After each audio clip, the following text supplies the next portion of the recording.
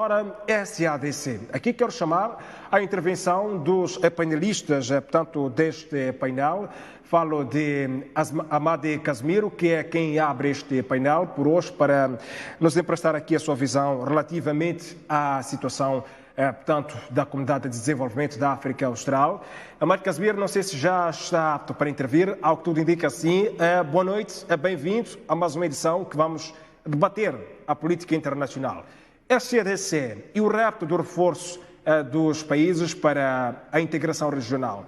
Que caminhos é que por hora devem ser dados? Sente que estão lançadas aqui algumas diretrizes fundamentais para, de facto, os países seguirem e efetivar-se esta integração que há muito é propalada, mas o desafio para uma efetiva realização pelo que se vê, ainda desafiante. Passa a redundância. Pois. Boa noite, Mustafa. Obrigado à STV pelo convite e boa noite ao meu colega de painel e a quem nos acompanha de casa também. Quanto à pergunta que me faz, eu gostava de fazer um retrospecto histórico sobre a SADC e os desafios que acompanham a evolução histórica da SADC. Porque nós vamos, quando estudamos a SADC, perceber que ela surge, em termos históricos, em 1977, a partir da criação do que se chamava Linha da Frente. Linha da Frente, que foi um conjunto, foi uma cooperação acentuada entre um conjunto de estados da África Austral, como Moçambique, Angola, Zâmbia, que lutavam para reduzir a dependência contra o sistema de opressão que era vigente na África do Sul, o Apartheid. E, em 1980, isso vai evoluir para a Conferência de Coordenação para o Desenvolvimento da África Austral, SADCC, porque percebia-se a necessidade de não só lutar contra essa dependência que existia relacionada à África do Sul, mas fazer esforços estritos entre esses estados para aumentar o comércio entre os mesmos, que era também uma forma de luta. E em 1992 vai surgir o que nós conhecemos hoje como SADC, Comunidade de Desenvolvimento para a África Austral. De 1992 para esta parte houve sucessos quanto à ação dos Estados com o objetivo de fazer integração regional, porque a SADC é uma organização que procura fazer integração regional, isso é, procura integrar suas economias, procura integrar a sua sociedade e, finalmente, procura integrar a política dos diferentes Estados para ser uma unidade política única. Esse é o pressuposto de blocos de integração regional. Quanto aos desafios, e aí provavelmente comece a responder a sua pergunta, quanto aos desafios que a SADC tem, talvez a marcação de datas realísticas e condizentes com as condições dos países da África Austral que fazem parte da SADC seja um dos principais desafios, porque nós vamos perceber que em 2018 seria o ano em que teríamos de incluir dentro do processo de integração da SADC a moeda única, mas até hoje esse passo está distante. Aliás, eu me lembro que quando fazia um estudo relativamente científico em 2014 sobre os passos de integração regional na SADC, alguém me dizia que estudar sobre a possibilidade de criação da moeda única para 2018, naquela data, era como estudar a vinda dos alienígenas para a Terra. Então, existe muito ceticismo quanto aos passos que a SADC está a dar, também porque os passos que a SADC está a dar não são acompanhados de medidas concretas e realísticas sobre os objetivos da comunidade. Então, eu julgo que a coordenação entre medidas concretas no terreno e datas realísticas pode ser um dos principais desafios que a SADC tem agora. Exato. Amade Casimiro, quero com estas declarações dizer que este foi mais um tiro dado no escuro com as devidas aspas, quando se lança, mas um repto para o reforço do processo de integração sem prazos, sem datas concretas e missões para cada nação. Bem, a sua metáfora pode ser relativamente dura para caracterizar o que aconteceu, o que está a acontecer com a SADC. Mas é uma metáfora que faz sentido usar, porque com base naquilo que nós vemos na realidade dessa organização, cria muito ceticismo.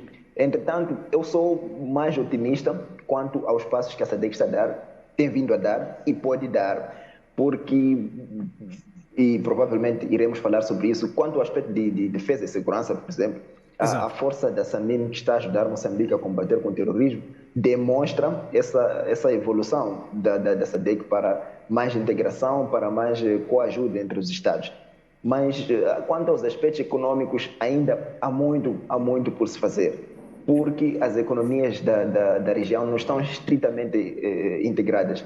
Os corredores, por exemplo, que deveriam ser completos, as estradas interregionais deixam ainda a desejar. Existe, entretanto, o corredor de Lobito, e é daí onde vem meu otimismo, o corredor de Lobito que está em execução, que pode permitir acelerar esse processo de integração, mas é um caso específico. O corredor de Lobito que vai ligar o Oceano Atlântico ao Oceano Índico por meio de Angola, passando por Zâmbia, Zimbábue e terminando na Tanzânia por um lado e em Moçambique por outro lado, nos portos de Dar es Salaam e Beira, respectivamente.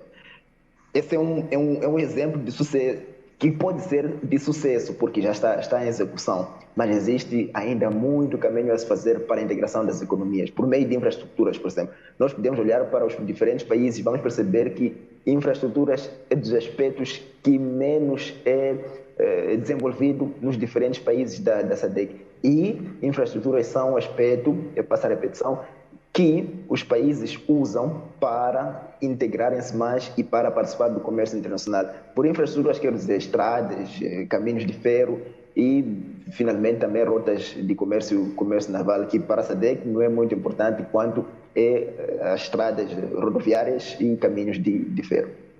Vamos, Amado Casimiro, para a última questão deste tópico.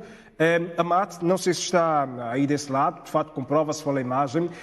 Mesmo para finalizar, é verdade que a sua tese é muito baseada na questão da infraestruturação como ponto-chave para permitir uma boa integração. É também justificável pelo entendimento de que não há integração sem comunicação. O fluxo de pessoas e bens é fundamental para garantir a integração.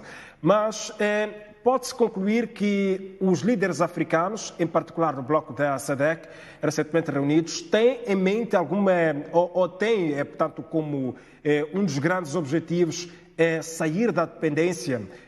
Digo isto porque esta semana realiza-se, ou foi realizada, depois de uma fase muito crítica quanto aos choques económicos derivados de eventos de conjuntura internacional, tal como é a guerra russo-ucraniana.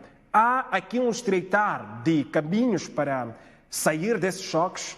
É possível encontrar alguns elementos que nos levem a esta conclusão nesta cimeira realizada em Angola? Bom, seria relativamente difícil nós identificarmos esses elementos, porque as cimeiras dos chefes de Estado são relativamente mais políticas do que técnicas, embora elas sucedem a discussões técnicas. Entretanto, o que motiva os Estados a integrarem-se num bloco, principalmente quando se pretende fazer uma integração regional completa, como é o caso da SADC, que vai incluir todas as etapas de integração que foram mencionadas pelo Alar, e culminar com a integração política e monetária, isso é a criação de uma moeda única e uma instituição única, tal como é o caso da União Europeia.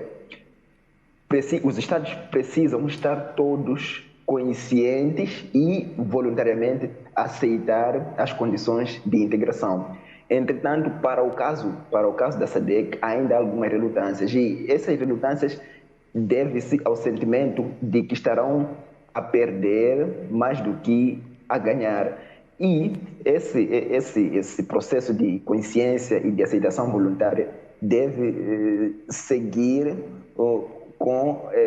deve seguir um processo paralelo de demonstração de benefícios por parte do processo de integração regional. O que eu quero dizer com isso é que os Estados precisam perceber que, ok, eu ganho quando tenho barreiras tarifárias porque daí advém divisas de exportação, importação e por aí em diante, mas se nós eliminarmos essas barreiras, eu vou ganhar porque vou poder fazer com que meus cidadãos possam ir para os outros estados procurar melhores condições de vida, vou fazer com que meus cidadãos possam ter acesso a produtos que vêm dos outros estados porque já não existem essas barreiras tarifárias.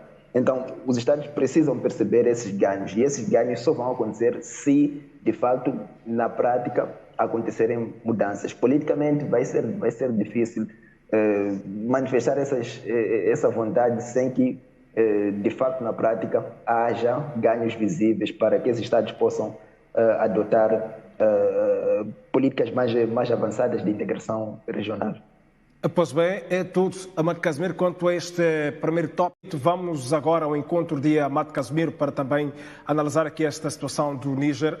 Casimiro, que leitura é que pode fazer quanto a um possível recuo desta decisão, quase que já certa, de uma intervenção militar, depois do fracasso de todas as tentativas de negociação com o grupo militar que depôs, portanto, Mohamed Bazoum, no Níger?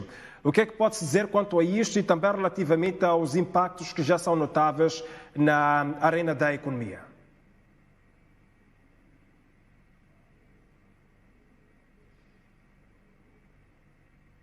Bom, eu sou relativamente mais apologista para o caso específico do Níger, de uma gestão da situação por meio da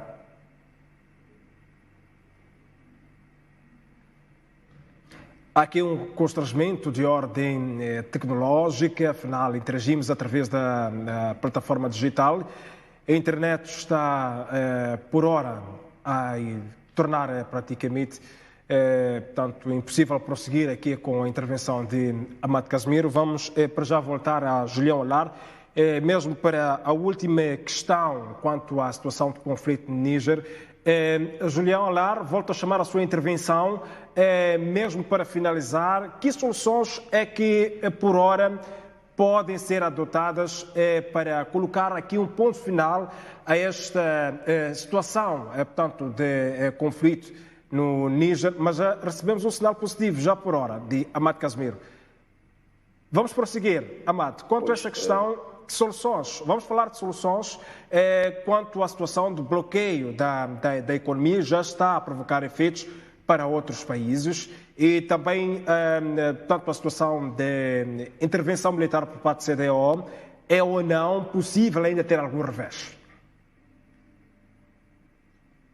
Eu acredito que vai prevalecer o bom senso da CEDEAO e o bom senso da CEDEAO, na minha perspectiva, para o caso específico do Níger, vai ser uma solução negociada, uma solução diplomática da situação que o Níger ultrapassa atualmente.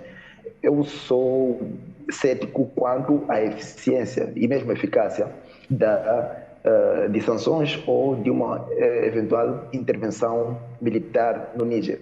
Quanto às sanções, nós podemos pegar um caso dogmático, um caso, aliás, não dogmático, mas paradigmático das relações internacionais, que são as sanções que vão ser impostas ao Iraque. Ao invés de enfraquecerem ao regime, provocaram mortes da população devido à não capacidade do Iraque em aceder a determinadas commodities a nível internacional, principalmente no aspecto farmacêutico. Quanto a intervenções militares, de novo, o Iraque representa um paradigma de estudo, perceber que as intervenções militares não sempre observam o interesse de salvaguardar o que a população quer, mas muitas vezes representam o interesse das nações que fazem intervenção militar. Então, voltando para o caso do Níger, eu julgo que uma solução negociada vai ser mais benéfica para toda a região. E aí eu haveria de aliar ao pensamento de que se atualmente nós temos essa relativa crise da rota comercial, porque o Níger é um país que está no centro da África, permite a ligação entre a África Ocidental e o Sahel, a ligação entre a África Ocidental e a África Central. Se atualmente há essa dificuldade, o que pode acontecer, por exemplo, no caso de uma intervenção militar? Sabemos que intervenções militares são disruptivas em termos da estabilidade do país, em termos da estabilidade tanto social, econômica, assim como militar do país. Então, em caso de intervenção militar, provavelmente Níger vai levar ainda muito tempo para poder recuperar e ser esse meio de trânsito de commodities para os estados que utilizam o Níger para fazer comércio internacional. E Exato. aí nós podemos finalizar com a ideia de uma eventual desestabilização de toda a região, porque se tomarmos a sério as alegações do Mali, do Burkina Faso e a predisposição da Algéria em prevenir uma intervenção militar, estamos a dizer que vamos ter uma luta entre estados africanos e que pode ter um efeito de escalada. Não pode ser percebido uma intervenção militar no Níger como algo que vai ser restrito ao Níger. Pode suceder que mais atores entrem nesse conflito e se alastre para vários outros estados. E quando nós falamos de mais atores, nós estamos a falar apenas da Algéria, do Burkina Faso, do Mali.